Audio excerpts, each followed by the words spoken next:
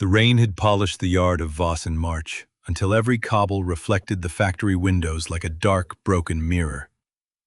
Lydia Harrow stood beneath the loading canopy with 200 workers facing her, and Alden Voss at her shoulder, holding the brass key to the laboratory between finger and thumb, as though it were contaminated. "Miss Harrow has admitted irregularities in the violet soap," he announced. Lydia heard the women in the front rank draw breath. Several wore linen wrapped around their wrists. Ruth Fenner, 17 and usually quick to smile, had both hands bandaged. "I admitted no such thing," Lydia said. "I reported that the new mineral color contains arsenic and that the washing lye carries it into broken skin." Voss's expression did not change. His black coat was dry despite the weather. A clerk had held an umbrella over him from the office door. "Your private experiments spoiled 3 batches. 6 girls became ill after handling them. The company cannot retain a chemist who conceals her errors." He took the laboratory key from her ring. Lydia's father had bought that ring when she completed 3 years of practical training under Dr. Edwin Mordaunt, the chemist who had taught her never to trust a color, odor, or a count until it survived a second test. Her father was dead. Mordaunt had been buried 18 months, and the key was the last proof that their confidence in her had once mattered. Voss's solicitor unfolded a document on a crate. If Lydia signed, she would receive 6 months' wages and promised never to question the company's ingredients. The statement blamed careless heating under her supervision. Beside it lay another paper, the deed to Bellmere Soapworks, an abandoned property downstream with unpaid parish rates, a cracked boiler, and a roof condemned by the borough surveyor. It was nominally owned by a subsidiary of Voss and March, and valued at less than the wages owed her. "Sign the confession," Voss murmured. "You are 31, Miss Harrow. No respectable works will employ you after today without my reference." Lydia looked at Ruth's bandages. "Will you withdraw the mineral color?" "That is no longer your concern." She pushed the confession away and signed the deed transfer instead. A murmur crossed the yard. Voss lifted his brows, but the solicitor's pen hesitated. Lydia made him enter the outstanding rates, boundaries, fixtures, river rights, and date of possession in the memorandum. Mordaunt had taught chemistry. Her father, a druggist, had taught her that a poorly described bottle could kill as efficiently as poison. A poorly described property could do the same by law. When she took the deed, Voss leaned close. "Bellmere has ruined every owner it has had." "Then it has experience of your company," Lydia replied. She left with her testing case, 12 shillings, a spare dress, and the crowd's silence behind her. Bellmere Soapworks stood 2 miles downriver, beyond a row of alder trees, where the road sank into mud and the town thinned into wet fields. Its chimney had lost 6 courses of brick. Half the slate roof over the boiling house had fallen inward, and nettles grew through the loading platform. The river wall bowed toward brown water. On the gate, a red notice declared the western range unsafe. The dwelling room above the old office smelled of damp plaster and mice, but its hearth drew. Lydia spent her first afternoon boarding one window with packing wood and setting her father's small spirit lamp on a brick. She ate bread without removing her coat. At dusk, 3 boys threw clods at the shutters and shouted, "Poison woman!" before running toward the village. Morning showed worse defects. The settling house was roofless. Frost had burst 2 lead pipes. The boiler plates rang thin under her hammer. Yet the old mixing room had stone flags, an intact beam, and a line of copper steam pipes that could be isolated. Lydia marked repairs in a notebook. Chimney, 12 slates, door lock, safe water, 1 small pan. She had no money for grandeur. She needed 1 dry room and a product she could sell. At the rear of the boiling house, a wall of newer red brick curved around the base of a vast copper vat. The vessel rose through the collapsed gallery like a dull green bell. Its upper hatch had been soldered shut. Lydia expected the bottom outlet to be clogged, but there was no outlet, only a blank plate fastened over the place where the drawcock should have stood. When she scraped away lime, she found the rivet heads on the outside and their hammered ends hidden within the masonry. The vat had been sealed from below, not above. Near the plate lay a smear of green crystals, protected from rain by the overhanging brick. Lydia touched none. She lifted a grain on the tip of a glass rod, dissolved it in distilled water from her case, and added a drop of ammonium sulfide. A yellow precipitate formed. It was not proof enough for court, but it was enough to tighten her stomach. Someone had stored an arsenical compound at Bellmere. She followed the drainage channel toward the river. Silt filled most of it, but the final 6 feet had recently been cleared. Fresh grease shone on a valve spindle beneath cobwebs. The works had supposedly stood empty for 18 years. Boots sounded on the loading platform. Lydia closed her testing case and picked up an iron bar. The man who entered was broad, gray-bearded, and lame in one knee. He carried a basket of kindling rather than a weapon. "Tom Baines," he said. "I fired the pans here before they shut us. Saw smoke yesterday." His gaze went to the bar. "I'd have knocked. There is no door left to knock upon." "True enough." He set down the basket. "You should not touch that vat." "Why?" "Because Dr. Mordaunt told us never to, and because 2 men came last month asking whether the brick had cracked." Lydia lowered the bar. "What men?" "One wore Voss colors on his cart. That afternoon, Alden Voss arrived himself, stepping around puddles with polished boots. He surveyed the ruin without surprise and offered Lydia £30 for the deed, more than 3 times the value stated at the transfer. "You said Bellmere ruined every owner," she reminded him. "I dislike unfinished business." Behind him, Tom Baines stood unseen in the shadow of the old ash shed. Lydia folded the offer and held it to her spirit lamp. The paper burned blue at the edge before dropping into a cracked soap pan. Voss watched the ash settle. "You have mistaken stubbornness for courage. And you have mistaken poverty for consent." He left before dark. That night, as rain ticked against her boarded window, Lydia heard metal turn once in the valve beneath the sealed copper vat. She descended with the spirit lamp shielded inside a punched tin. The boiling house was empty, but river water gleamed in the cleared drain. The valve handle had moved a quarter turn. A medicinal odor, faint and bitter, rose from the masonry. Lydia closed the valve with a cloth around her hand. Whoever had entered knew the works better than she did, and Bellmere's first secret was not waiting peacefully to be found. At sunrise, she walked to the parish office with the deed under her bodice and persuaded the clerk to let her inspect the rate book. Bellmere owed £4, 11 shillings, and 8 pence. Payment was due in 23 days. The clerk, Mr. Pritchard, spoke as if announcing a burial. "The borough will sell the fixtures if you default. Copper first." "Who requested the account last month?" His finger paused on the page. "Business inquiries are confidential." "So are formulas. Mr. Voss taught me how conveniently that word may be used." Pritchard flushed. He would not name the visitor, but he allowed Lydia to see the requisition slip beneath the ledger. The handwriting belonged to Voss's solicitor. She spent 2 shillings on a lock, 1 on lamp oil, and 8 pence on oatmeal and onions.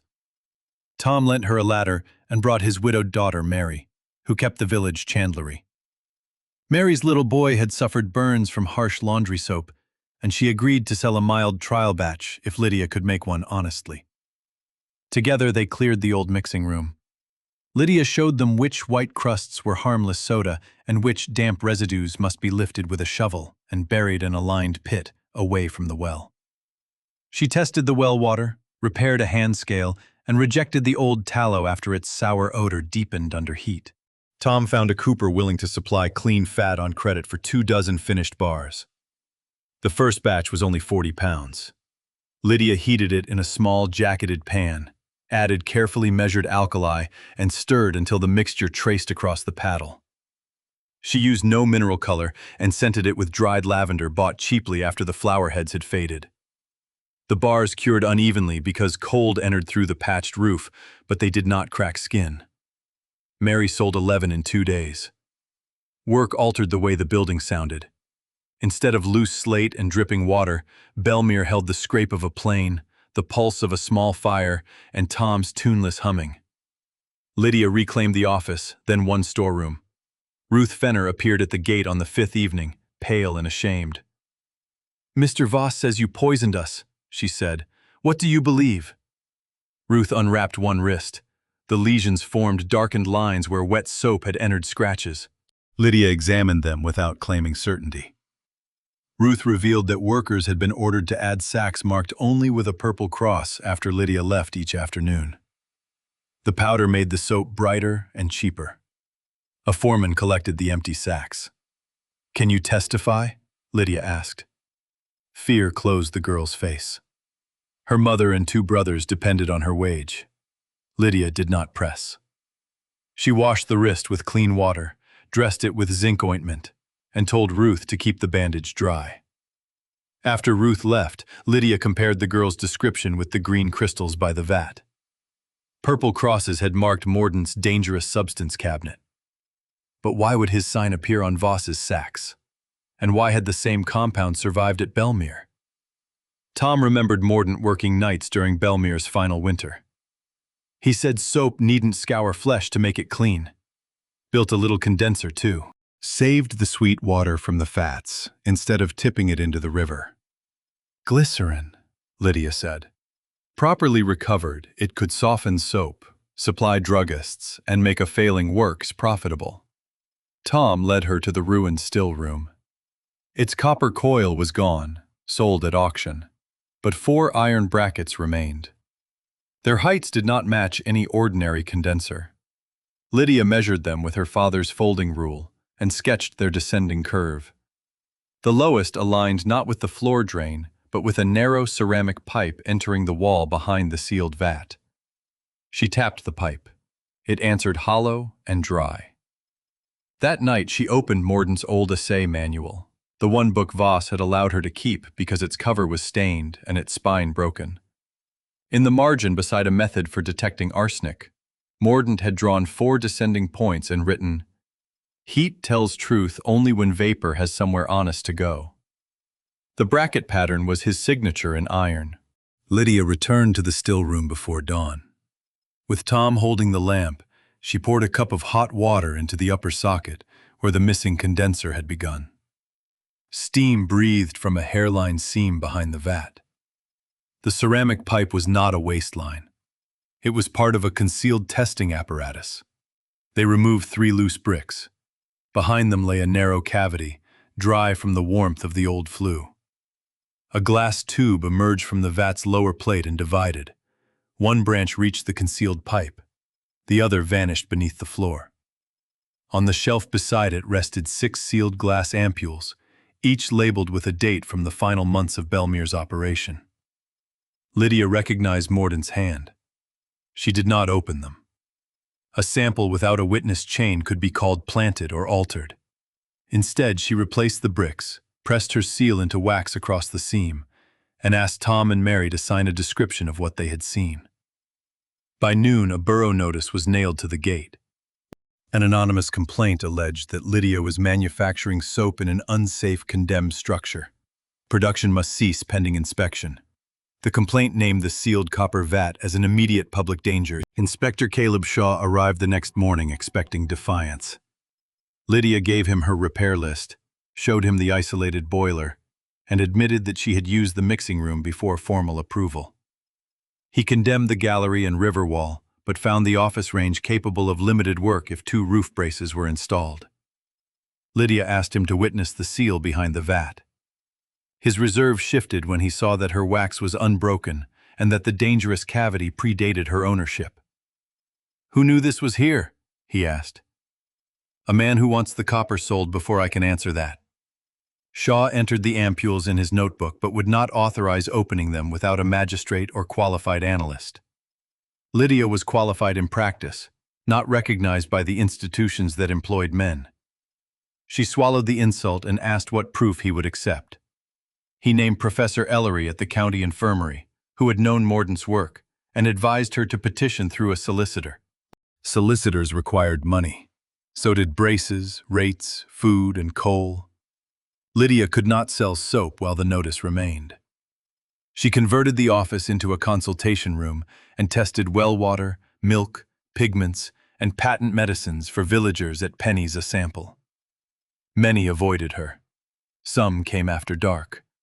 A farm wife brought blue flypaper soaked in saucers to kill rats and asked whether the liquid could also treat a child's rash. Lydia stopped her from applying arsenic to the child. A dyer brought river water that had killed 3 geese. Lydia traced the contamination to a leaking drum upstream and wrote a plain report he could show the parish. Competence traveled more slowly than scandal, but it traveled. Ruth returned with 2 co-workers. Their wrists improved under clean dressings. Lydia charged nothing and recorded their symptoms, duties, batch dates, and the Purple Cross sacks. She kept duplicate notes, one in the office lockbox, one with Mary. On the 12th day, someone forced the new gate lock. Nothing obvious was taken. Then Lydia found Mordaunt's assay manual open on her table and the page with the 4 descending points cut cleanly from the binding. The intruder had searched for an instruction and learned that Lydia possessed it. Tom wanted to guard the works with a cudgel. Lydia instead stretched dark thread across the unsafe paths, dusted flour on the still-room sill, and moved the ampules only after Inspector Shaw returned to witness them. They placed the samples in a locked iron dispatch box at the parish office. Pritchard objected until Shaw reminded him that an official complaint had made the vat borough evidence. With the samples beyond reach, Lydia tackled the lower branch of glass tubing. It passed beneath a flagstone stamped with the Bellmere maker's mark. The stone lifted only after they removed the ruined pan above it. Beneath was a brick-lined channel containing a copper tray on small wheels. The tray held cakes of hardened soap wrapped in waxed cloth and numbered to match the ampules. One cake was ordinary cream. One was green. 4 were violet, progressing from pale lavender to the deep color sold by Voss and March. "Mordaunt made their poison here?" Tom whispered. For one sickening hour, Lydia feared he had. The samples seemed to prove that her mentor had developed the dangerous color before Bellmere closed. His initials appeared on every wrapper. Voss could claim Lydia was reviving a failed experiment and shifting blame. Then she noticed the weights. Each wrapper listed the charge of fat and alkali, but the finished cakes grew heavier as the color deepened. Pigment alone could not explain the increase. Something had been added after Mordaunt recorded his base formula. At the bottom of the tray lay a thin copper plate engraved with columns of numbers. The headings had been removed with a file. Lydia rubbed chalk across the scratches and saw that the filing was recent. Bright metal remained in the deepest grooves. Someone had found the chamber before her, altered the plate, and left the samples because removing them would reveal the intrusion. The river rose after 3 days of steady rain. Water entered the lower yard and pressed against the bowed wall. Lydia and Tom carried stock upstairs while Mary recruited 2 laborers with an offer of soap and future wages. There was no convenient rescue. They worked 12 hours shifting boards, filling sacks with ash and clay, and opening the old flood channel by hand. Lydia spent her last 4 shillings on timber props. At midnight, the cleared channel began to carry water away from the foundation. With it came a ribbon of violet foam. The foam did not come from Lydia's mixing room. It seeped from beneath the sealed vat. She collected it in stoppered bottles. By lamplight, she performed Mordaunt's reduction test, heating the residue with charcoal in a narrow tube. A metallic mirror formed on the cooler glass. A second test produced the yellow sulfide she had seen before. Arsenic was present, but so was an oily fraction carrying a sharp smell of coal tar. Voss's mineral color was not one substance. It was arsenical pigment diluted with industrial waste and sold as a proprietary brightener. The flood loosened one brick beside the lower plate. Behind it, Lydia found an iron lever connected to the blank drawcock. Pulling it would release the vat into the river. The recently greased valve had been prepared for exactly that. Once the evidence washed away, contamination would be blamed on Bellmere and its new owner. She wired the lever shut and sent Mary for Inspector Shaw. Before Mary returned, Alden Voss came with a court officer and an injunction. His company claimed Bellmere's transfer excluded proprietary machinery mistakenly left on the premises.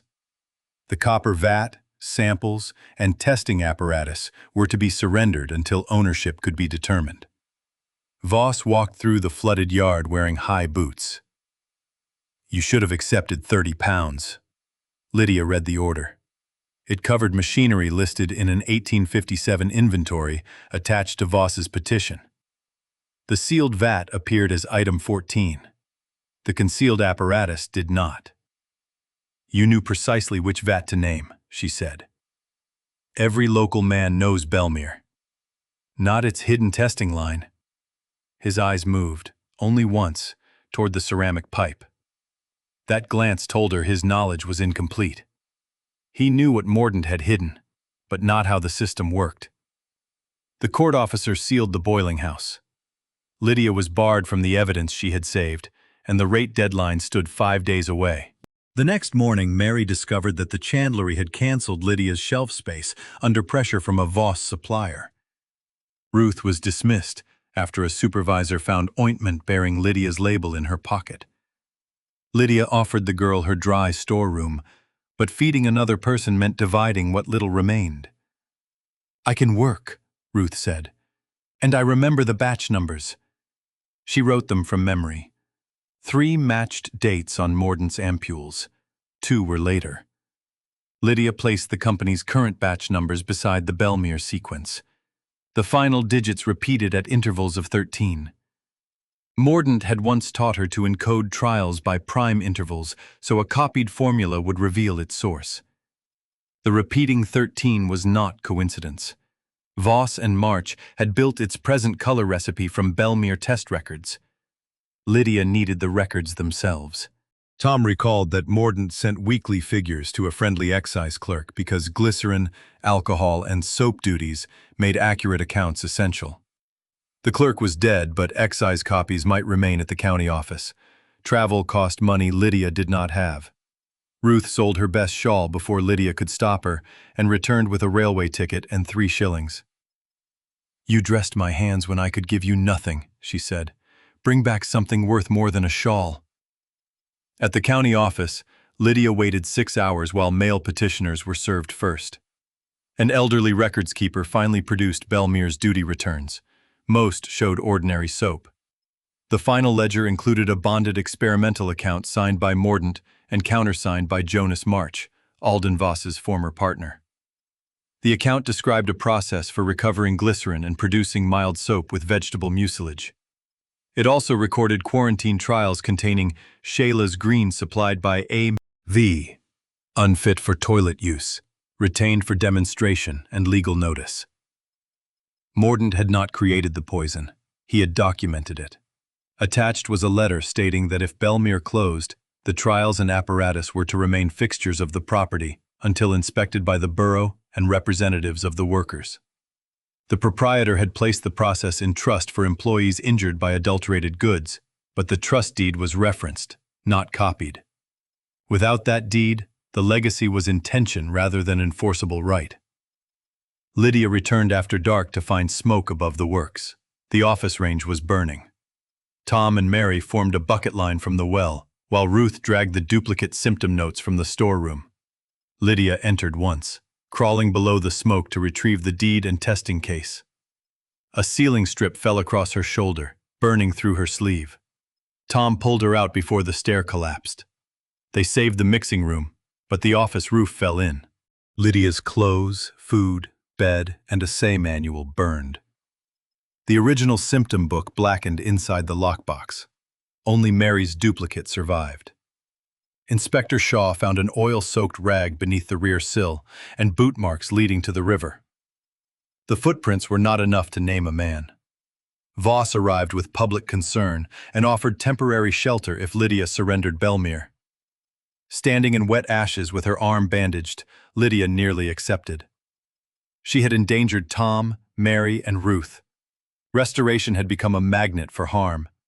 Then Ruth placed the rescued duplicate notes in her uninjured hand. "If you leave, He will say the fire proved you guilty. Lydia looked at the workers who had carried water through smoke while villagers watched from the road. Bellmere was no longer only the ruin forced upon her. It was the one place where their knowledge had been treated as evidence.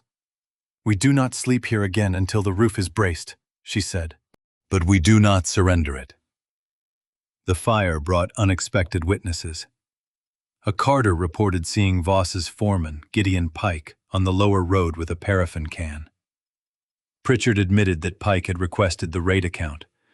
Mary persuaded the chapel to lend its vestry as temporary lodging and clinic. Not everyone believed Lydia. One shopkeeper still called her dangerous. But enough people had watched her run into the fire for papers rather than copper that the town's silence began to fracture. Professor Ellery arrived 2 days later, summoned by Inspector Shaw's report. He was severe, exact, and initially more interested in Mordaunt's apparatus than Lydia's conclusions. At the parish office, before Pritchard, Shaw, and a magistrate, Ellery opened the ampules. Lydia performed parallel tests while he observed.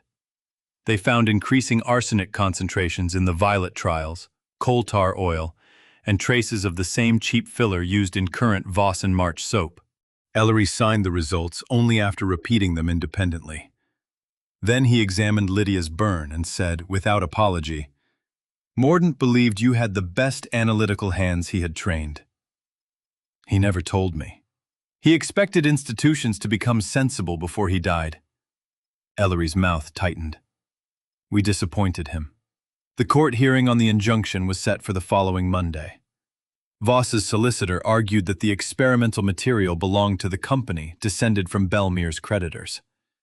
Lydia produced the deed memorandum, excise returns, witnessed samples, symptom records, and the 1857 inventory. Yet the judge noted that the referenced workers' trust remained missing. Fixtures might pass with the land, but claims to Mordaunt's process and damages required stronger provenance. During a recess, Lydia studied the copper plate from the sample tray, now held under court seal. The filed headings bothered her. Whoever altered it had removed words, but not numbers. 4 columns descended by temperature, density, volume, and time. Read as a formula, they failed. Read as operating instructions for the recovered glycerin still. They made sense until the final row, where the volume exceeded the vessel. It was not a batch table, it was a survey. The 4 headings would originally have named points in the apparatus: upper socket, second bracket, lower coil, receiving pipe. Their numbers were measurements from each point to something else. Lydia recalled Mordaunt's marginal sentence, "Vapor must have somewhere honest to go." The concealed ceramic pipe did not end beneath the vat. It continued beyond the boiling house toward the old soap-drying meadow shown on the boundary plan. Voss wanted the vat because he believed the trust deed was inside it. Mordaunt had used the vat to point elsewhere. The magistrate allowed a supervised inspection before judgment. At Bellmere, Lydia, Ellery, Shaw, Tom, and the court officer reconstructed the missing condenser with lengths of borrowed copper tubing. Lydia set the 4 brackets according to the plate's measurements and passed warm vapor through the line. Condensation emerged not at the river drain but from a tile beneath the loading threshold 40 feet away. They lifted the tile. Below it lay a narrow, dry cistern originally built to store filtered rainwater.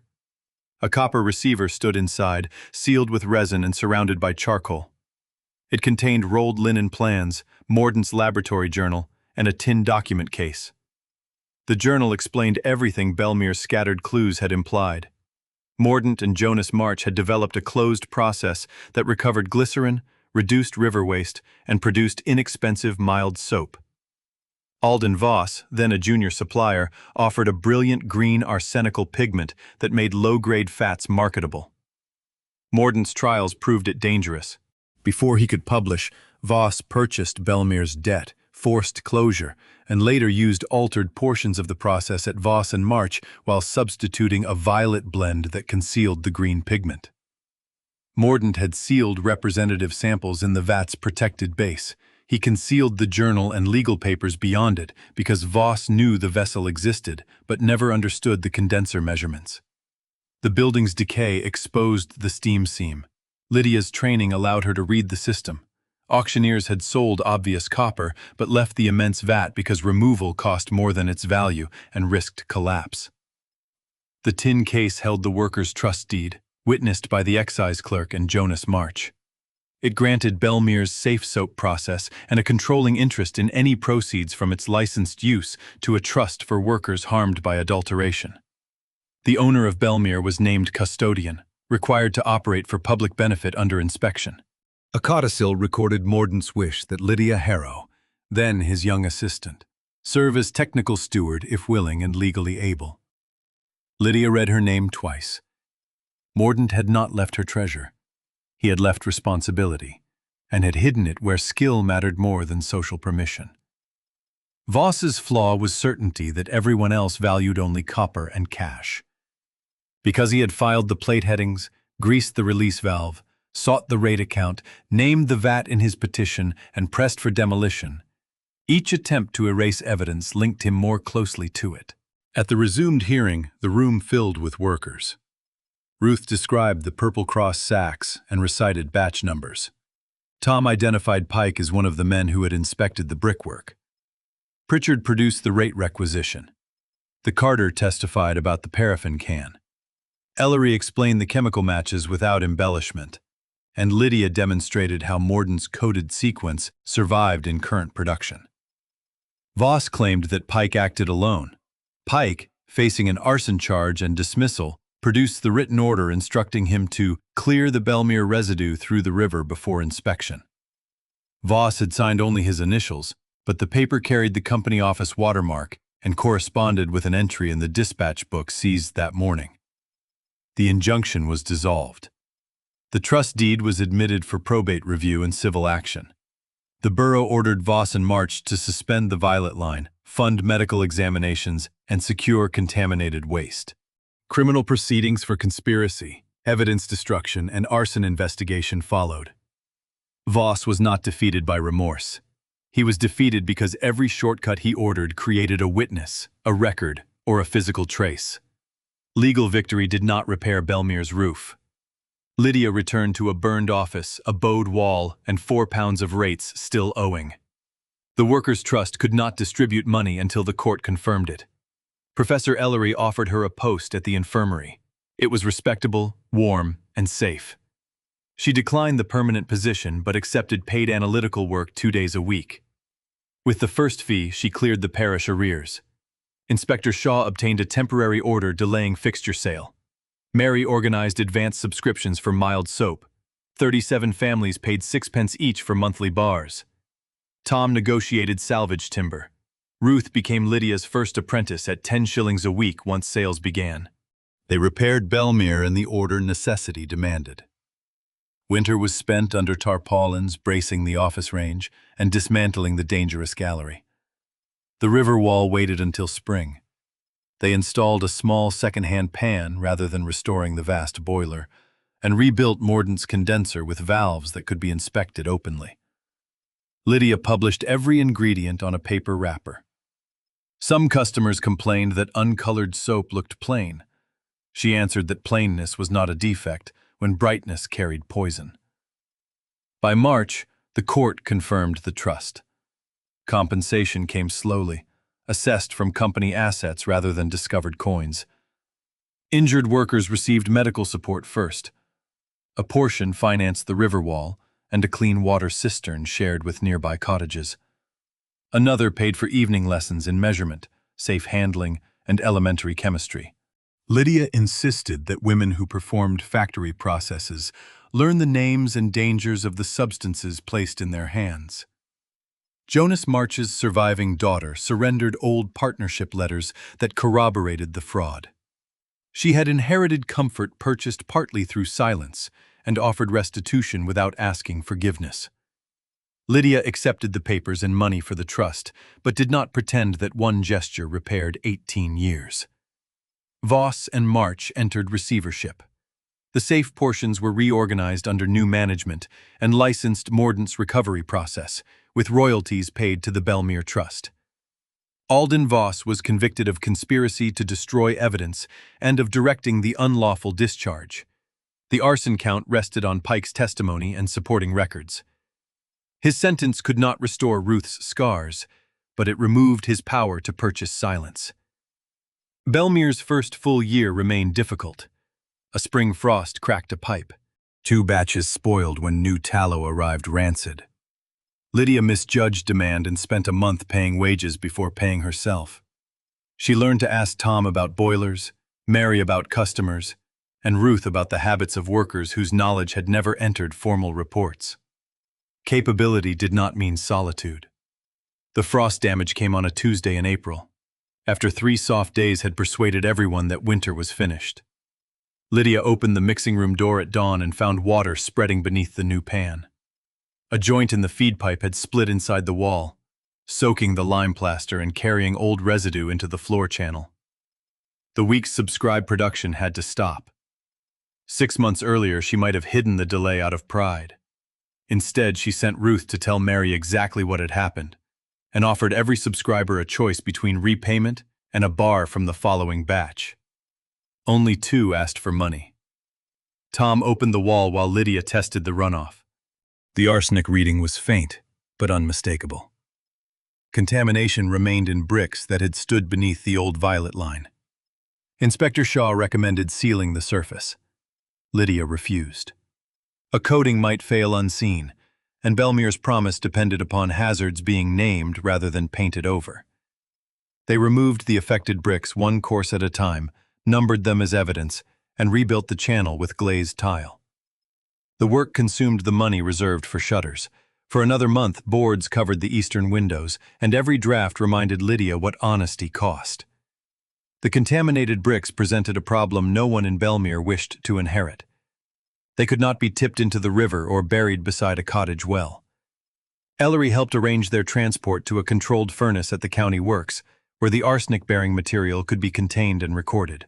The fee seemed ruinous until the trust voted to pay half, and the reorganized Voss factory, under its cleanup order, was compelled to pay the rest. Lydia required a receipt for every cartload. She had learned that poison disappeared most easily when respectable men called it refuse. The lesson changed Bellmere's plans. The original idea had been merely to make mild soap and recover glycerin. Lydia now proposed a small public testing room where workers from any local factory could bring unidentified powders, suspicious water, or damaged goods. 2 trustees objected that such work would invite quarrels with every manufacturer in the county. Ruth answered them before Lydia could. "Quarrels came when we knew nothing," she said, laying her scarred hands on the table. "Knowledge only gave us somewhere to stand." The testing room was approved for a 6-month trial. It occupied the old weighing office, rebuilt with whitewashed walls, a slate bench, and a locked poison cupboard. Lydia designed an intake book that recorded who brought each sample, where it came from, who handled it, and how it was sealed. No anonymous bottle could become evidence by convenience. Mary copied each entry onto a counterfoil for the person submitting it. Ellery inspected the first month's work and persuaded the infirmary board to recognize Bellmere's certificates for preliminary screening, though confirmatory tests still went to the county laboratory. The first case concerned yellow glaze dust from a pottery, not soap. The second was well water made bitter by a broken drain. The third was a face powder containing enough lead to alarm even Ellery. None produced a dramatic trial. Each produced a practical change. Masks of damp cloth, a repaired culvert, a shopkeeper who stopped selling the powder. Lydia began to understand public benefit as a collection of injuries prevented before anyone thought to call them mysteries. Ruth's apprenticeship was not easy. She could remember a sequence of batch numbers after one hearing, but fractions confused her when fatigue set in. She also feared open flames after the office fire, and once dropped a test tube when the spirit lamp flared. Lydia's first instinct was to take the work from her. She recognized in that instinct the same polished dismissal she had suffered from Voss, softened by kindness but built on the same belief that protection required exclusion. They practiced in daylight with water until Ruth could light, adjust, and extinguish the lamp without trembling. Lydia taught ratios using soap molds divided into visible squares. Tom made a wooden balance with large brass markers. By midsummer, Ruth could prepare standard solutions and detect an error in Lydia's dilution before it spoiled a test. Dr. Mordaunt said good hands mattered, Lydia told her. Mine are ugly hands. They are informed hands. That is rarer. Ruth looked down at the pale ridges across her wrists, then entered the corrected figure in ink. Not every injured worker trusted the fund. Some believed the trustees would spend compensation on bricks and books while families went hungry. The suspicion was justified enough that Lydia opened the accounts monthly in the chapel schoolroom. Income from licenses, soap sales, and analytical fees appeared beside medical grants, wages, repairs, coal, and raw materials. Any beneficiary could question an entry. At the first meeting, a spinner named Elspeth Crane demanded to know why Lydia earned more than Ruth. Lydia explained their different responsibilities and invited the trustees to set published wage grades. At the second, Tom challenged the price paid to his Cooper cousin and obtained a cheaper bid. At the third, Mary discovered that a supplier had charged the trust twice for the same soda shipment.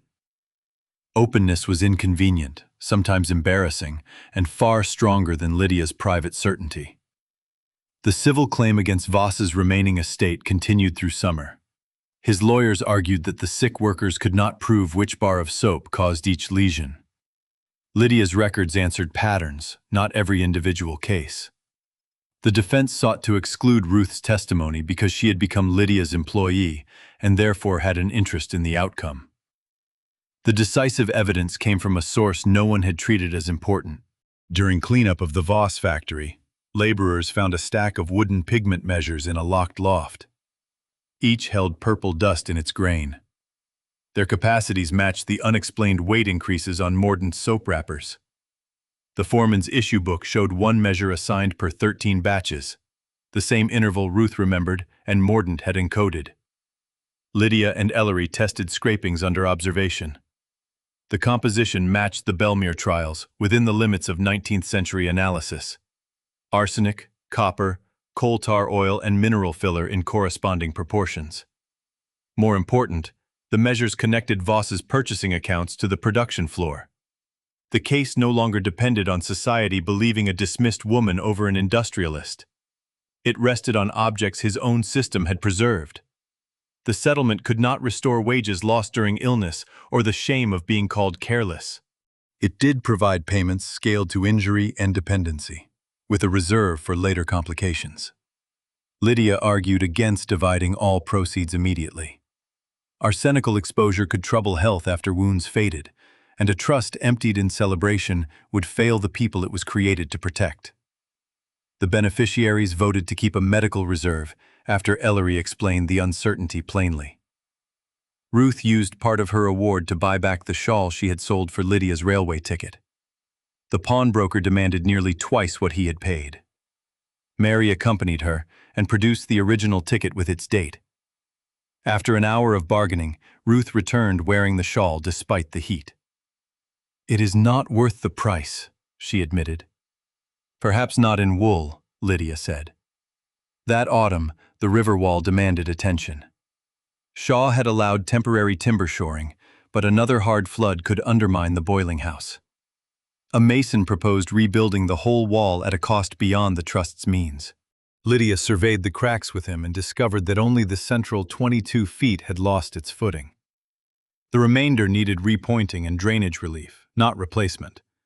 Work began in September when the river ran lowest. Production moved to alternate days so laborers could pass through the yard. The damaged stones were lifted, dressed, and reset on a broader foundation. Behind them, glazed relief pipes prevented water pressure from building unseen. Lydia marked the repair date on a cornerstone and placed copies of the plan in the parish office and Bellmere's new archive.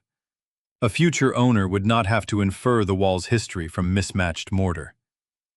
During excavation, they found no gold, jewels, or further chambers. They found broken bottles, a child's iron hoop, bones from factory dinners, and dozens of oyster shells used to level the old yard.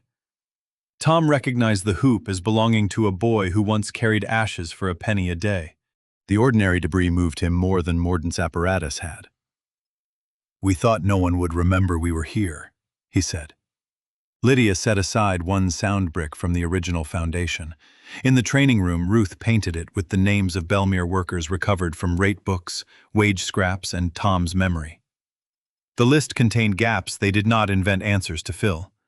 By November, Bellmere employed 9 people, 4 in soap production, 2 in packing, 1 at the pump and wash house, Ruth at the testing bench, and Lydia moving between laboratory, accounts, and every difficulty no job title captured. Women from Voss's former Violet line received preference, but employment was not treated as charity. They learned processes, signed safety rules, elected one trustee, and could halt a batch if an ingredient arrived without a proper label. The first halt occurred over a barrel of caustic soda whose invoice weight exceeded its marked weight. The carrier cursed the delay. Lydia backed the worker who raised the question. When the barrel was opened under controlled conditions, they found water had entered through a damaged bung, changing the strength of the alkali. Using it by the invoice figure would have produced harsh soap and dangerous splashing. The batch was saved because a packer had been given authority to doubt. Bellmere's reputation grew from such undramatic refusals. Orders came from an infirmary, 2 schools, and a railway lodging house. Lydia would not expand until the roof reserve could cover a year's repairs. A banker called her timid. She remembered Voss's bright factory windows, his borrowed money, and the poisonous cheapness hidden in each violet bar. "Restraint is not timidity when other people's skin pays for haste," she told him. She borrowed only enough for a second small pan, secured against confirmed orders rather than imagined growth. The new pan doubled output without reviving the dangerous boiler. Glycerin recovered through Mordaunt's condenser was sold to the county infirmary, and part was retained to make a simple salve, distributed through the clinic. The process generated income, reduced river waste, and fulfilled the legacy's 3 purposes without turning Bellmere into another empire. Professor Ellery visited near Christmas carrying Mordaunt's restored journal. Conservators had flattened the damp pages and bound them between plain boards. Ellery suggested displaying it beside the great vat. Lydia kept the original in the dry archive and displayed a copy. "We have already lost too much by confusing reverence with care." He accepted the correction. Before leaving, he offered formal sponsorship for Ruth to sit an assistant's examination when she was ready. Ruth did not answer at once. She asked to see the syllabus, the fee, and whether passing would allow a woman to sign reports independently. Lydia smiled at the questions. They sounded like doors being measured, before anyone attempted to walk through them. That winter was colder than the first, but Bellmere no longer answered cold with emptiness. Heat from the small pans warmed the drying room. The wash-house pump did not freeze because its pipe lay below the frost line. Workers ate broth around a table made from the scorched office door, its blackened edge planed smooth but still visible. On the wall above it hung no portrait of Lydia or Mordaunt, only the ingredient chart, emergency rules, and the monthly accounts. Lydia rented 2 rooms above Mary's chandlery while the dwelling range was rebuilt. When the plaster dried and the final window was glazed, she delayed moving back. She had spent so long fighting to possess Bellmere that living within it felt strangely like claiming more than she had earned. Mary solved the hesitation by carrying Lydia's testing case upstairs and setting it on the new table. "A works can belong to a trust," Mary said. "A home still needs someone to light the hearth." The first evening in the repaired room, Lydia unpacked the few objects that had survived.